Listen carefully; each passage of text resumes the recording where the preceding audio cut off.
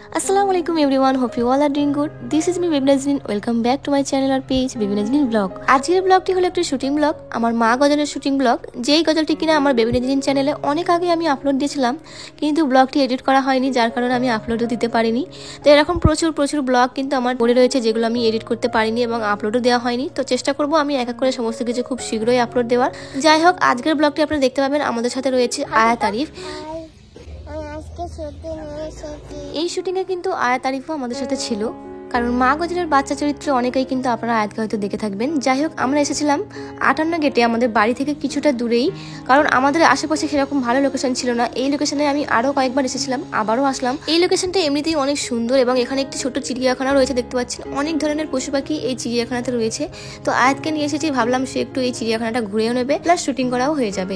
সেজন্যই কিন্তু এই লোকেশনে আসা। যাই হোক, বেশি সময় নষ্ট না করে একটু ঘোরাঘুরি করেই আমরা কিন্তু শুটিং স্টার্ট করে দিয়েছিলাম।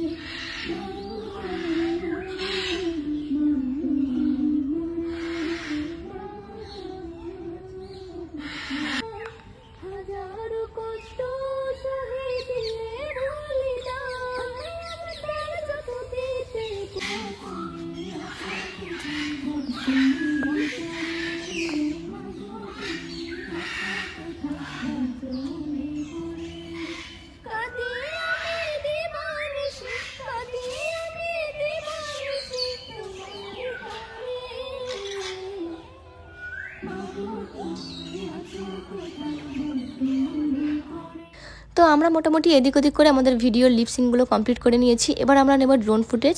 তো ড্রোন ফুটেজ নেওয়ার জন্য আমরা চলে এসেছি একটু ফাঁকা জায়গার দিকে, কারণ ওদিকটাতে অনেক গাছপালা রয়েছে। সেজন্য কিন্তু আমরা চলে এসেছি ফাঁকার দিকটাতে। আপনারা হয়তো আমার গজলের ড্রোন ফুটেজগুলো দেখেছিলেন। মাগো তুমি আছো কোথায়, বড্ড মনে পড়ে। মাগো তুমি আছো কোথায়, বড্ড মনে পড়ে। মাগো তুমি আছো কোথায়, বড্ড মনে পড়ে। মাগো তুমি আছো কোথায়, বড্ড মনে পড়ে। দেখি আর তাকাও। তো দেখো, সবাই করতে এসেছে এখন আমাদের সাথে। তুমি কিছু বলো। আসসালামু আলাইকুম এভরিওয়ান। আসসালামু আলাইকুম। আজ আমি শুটিং করতে এসেছি।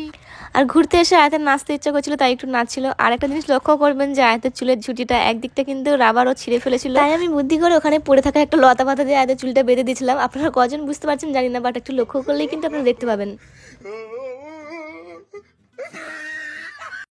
আর এখানে মা চরিত্রে কে অভিনয় করেছে সেটা অনেকেই গেস করতে পেরেছেন, আমরা অনেকেই গেস করতে পারিনি। তো আপনারা এখন কমেন্টে বলুন তো এই চরিত্রে কে অভিনয় করেছে, দেখি আপনারা কজন বলতে পারেন।